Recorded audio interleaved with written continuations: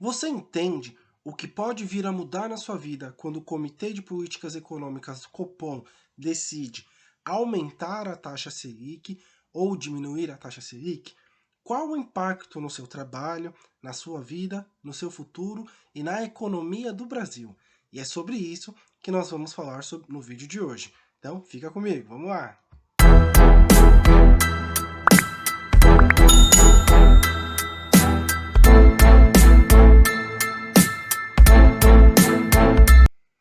Olá, caríssimos! É um prazer inenarrável ter você aqui no meu canal. Eu me chamo Thiago Justino e o planejamento desse vídeo é te explicar detalhadamente um pouco da teoria macroeconômica com relação à taxa Selic, ao IPCA e à taxa de desemprego da economia brasileira.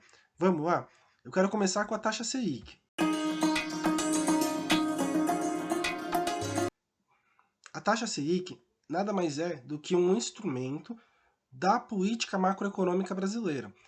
Hoje, o Banco Central é uma instituição independente com mandato intercalado com o mandato do presidente. Em outras palavras, quando o presidente da República completa 2 anos de mandato, é a hora que a gente troca ou mantém, né, o presidente do Banco Central.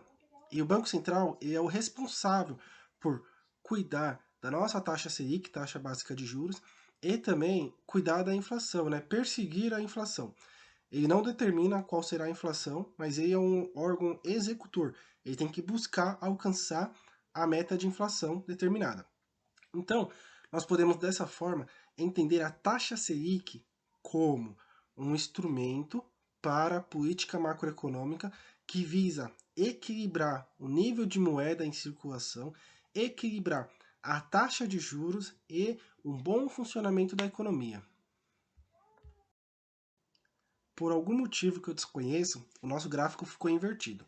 Mas aqui no gráfico eu coloquei mais uma informação, que seria o IPCA, que é a taxa básica referência da inflação no Brasil.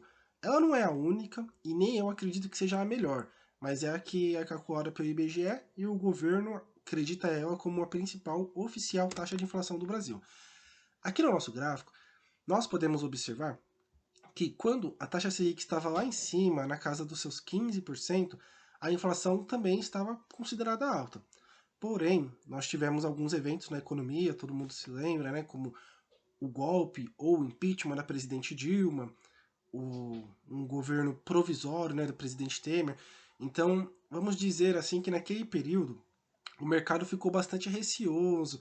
Quem tinha dinheiro não queria gastar, não queria investir, ninguém queria comprar carro, casa, nada. As pessoas começaram a segurar o dinheiro dentro de casa. E isso fez com que, aqui nessa linha vermelha a gente possa ver, né, a inflação, ela caiu, porque o dinheiro parou de circular. As pessoas ficaram, olha, a presidente acabou de sair, eu não vou muito a cara do Temer, não sei o que vai fazer, enfim. Foi um momento muito difícil. O impeachment é muito difícil para uma economia. Que o governo, o Banco Central, pôde fazer para tentar estimular um pouco a nossa economia, né? Foi baixar a taxa de juros. E aí a gente pode ver aqui que a taxa de juros, a taxa Selic, ela foi caindo, foi caindo, foi caindo, foi caindo. E ao final do governo do presidente Temer, a taxa Selic ela estava num patamar de 3%, estava a mais baixa da história, né? E a gente viu um aumento da inflação, ainda que baixo, mas ele aumentou um pouco. Geralmente a gente pensa que aumento da inflação é algo ruim, mas um aumento descontrolado é ruim. Agora, um pouco de inflação é bom. Isso significa que as pessoas estão indo ao mercado, comprando coisas, estão investindo, abrindo empresas, os negócios estão fluindo na economia. E isso é bom, isso gera um pouco de inflação. Uma inflação que nós consideramos ótima, beleza? Tanto que a meta de inflação de nenhum país é negativa. A meta de inflação é sempre positiva, que fica em 2%, em 0,5%, um país muito desenvolvido, ou um país tupiniquim como o nosso fica na meta, né, de inflação de 5%, 4%, beleza? Então aqui nesse gráfico, a gente pode ver que quando houve a mudança de governo, a inflação começou a subir um pouco, porque sempre que muda o presidente de uma empresa, o presidente de um país, as pessoas ficam muito esperançosas, né, com várias promessas que são feitas, enfim, de que agora a coisa vai funcionar. Então a gente teve um pequeno aumento aqui da inflação, né, a partir de 2018, mas nós infelizmente tivemos uma pandemia, né? E a pandemia também acabou atrapalhando um pouco a vida dos brasileiros mais uma vez, mas aí foi uma questão mundial, né? E nesse aumento da pandemia foi preciso imprimir muito dinheiro, de verdade, dar dinheiro na mão das pessoas, com vários auxílios. E isso não foi uma política só do Brasil, o mundo inteiro fez isso, né? O mundo inteiro teve que quase duplicar a quantidade de moeda em circulação. Dessa forma, para tentar frear um pouco a inflação, a Selic voltou a subir, e subiu pra caramba, né? E dessa forma, com o aumento da Selic, a inflação que estava subindo, graças a tanto dinheiro assim no mercado, né, ela começou a cair, frear um pouco. Então nós viemos aqui em 2022, em março, o último pico da inflação, né, quando a inflação de fato parou de subir. E ela vem caindo, caindo, caindo. Isso explica porque agora nós tivemos a primeira queda na taxa Selic, que ela poderia até ter vindo antes, né? Porque a nossa inflação, nós podemos ver aqui na linha vermelha, que ela tá já bem controlada. Inclusive, as pessoas estão quase igual na época do golpe. As pessoas não querem mais gastar dinheiro.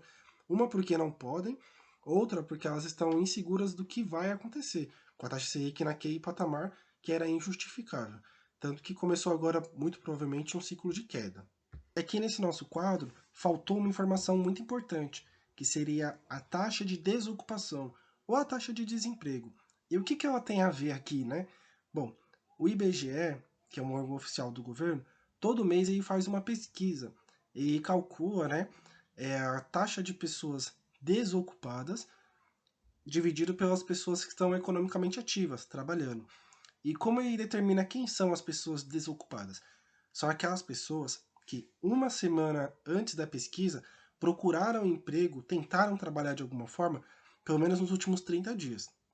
Então, esse número não é 100% real, porque existe, infelizmente, um número muito grande de pessoas que desistiram de procurar emprego, infelizmente. São aquelas pessoas que nós classificamos como desalentadas, pessoas que não querem mais, estão acima de 15 anos, 14 anos na verdade, né? E não querem trabalhar. Ou elas desistiram, ou elas não precisam, ou simplesmente tentaram tantas vezes e agora não querem mais nem tentar trabalhar. Então elas não entram nessa pesquisa, o que é algo muito triste, né? Mas vamos lá. Aqui nessa pesquisa mostra que lá no longínquo ano de 2015, a taxa de inflação estava bem próxima da taxa de desocupação, o número de pessoas desempregadas, era uma taxa bem próxima, né? Que a gente chama até de taxa natural de desemprego, porque existem aquelas pessoas que voluntariamente elas saem do trabalho porque elas já estão visando entrar em um outro trabalho. Então essa troca, né, é uma taxa natural de desemprego, que num país como o nosso do Brasil fica aí na casa dos 8%, 9%. É uma taxa considerada normal para um país como o nosso. Em economias mais desenvolvidas, onde as reformas que são necessárias para a modernização da economia são aprovadas, enfim, essa taxa pode ser bem menor, mas no Brasil, pelo menos em 2015, os economistas concordavam que 8 ou 9% seria um número ideal. Abaixo disso, seria muito perigoso. E vamos ver adiante, né? A taxa de desocupação, ela foi crescendo. E é possível notar que conforme a taxa de desocupação foi crescendo, a inflação também acompanhou. Né? E o que acontece quando a inflação está subindo? O que o governo faz de imediato? O governo ele acaba por elevar a taxa Selic. E quando ele eleva a taxa Selic para tentar frear a inflação, freando a inflação acaba por gerar desemprego. E esse desemprego é muito cruel, mas às vezes acaba por ser necessário. Porque com o desemprego, a pessoa que está desempregada, óbvio que ela vai consumir menos. Beleza. Agora, aquela pessoa que está trabalhando e vê que ao seu redor muitas pessoas estão desempregadas, também começa a não comprometer mais o seu orçamento com consumo, né? Ah, vou trocar a minha geladeira da minha casa? Não sei como é que vai ficar no meu serviço, é melhor não comprar isso agora. Vou trocar de carro? Melhor não fazer isso agora. Então esse medo geral nas pessoas acaba por também esfriar a economia. Esfriando a economia, a gente consegue ver aqui uma queda na taxa de inflação. Novamente, né? Vale lembrar que aqui teve uma queda tão acentuada porque além de todos esses fatores, nós tivemos também um golpe que foi a tirada da presidente Dilma. Então, as pessoas ficaram receosas, enfim, aquilo que eu já falei, não quero me repetir. E todo esse cenário fez com que a taxa Selic precisasse diminuir para tentar incentivar as pessoas a voltarem a contratar, a investir, enfim, mas não foi o que aconteceu. Porque mesmo a taxa Selic baixando, o mercado em geral continuou muito desconfiado da economia brasileira, né? Aconteceu um golpe, né? Uma coisa muito séria. Então a taxa de desocupação, barra, ou considerada muito como taxa de desemprego, ela disparou. E ficou bem elevada durante muito tempo. Né? Ela não caiu mais, ela ficou elevada. E lá no ano de 2021, ela ainda subiu mais essa taxa devido à pandemia, que infelizmente ceifou o emprego de muitos trabalhadores. Essa taxa, agora, no final de 2022, ela começou a cair. A taxa de desemprego voltou a cair. Ela encontrou um ponto ótimo aqui, que seria quando ela está próximo à nossa taxa de inflação. Nesse momento, a taxa Selic infelizmente estava alta, né? Ela estava subindo, mas a inflação começou a cair e a taxa de desemprego também começou a cair. Isso era um ótimo sinal. Então nós estamos no momento que para a economia brasileira, economia tupiniquim, é um dos melhores momentos, já que nós estamos com uma taxa Selic em queda, teve a sua primeira queda, a taxa de desemprego também está em queda e a nossa inflação está em queda. Então é um bom momento para que a economia volte a aquecer. Com o advento das reformas, como a reforma tributária, que também tende a melhorar bastante as coisas, a reforma política, a reforma administrativa e tantas outras reformas que estão na pauta hoje em dia, pode ser que esse número melhore.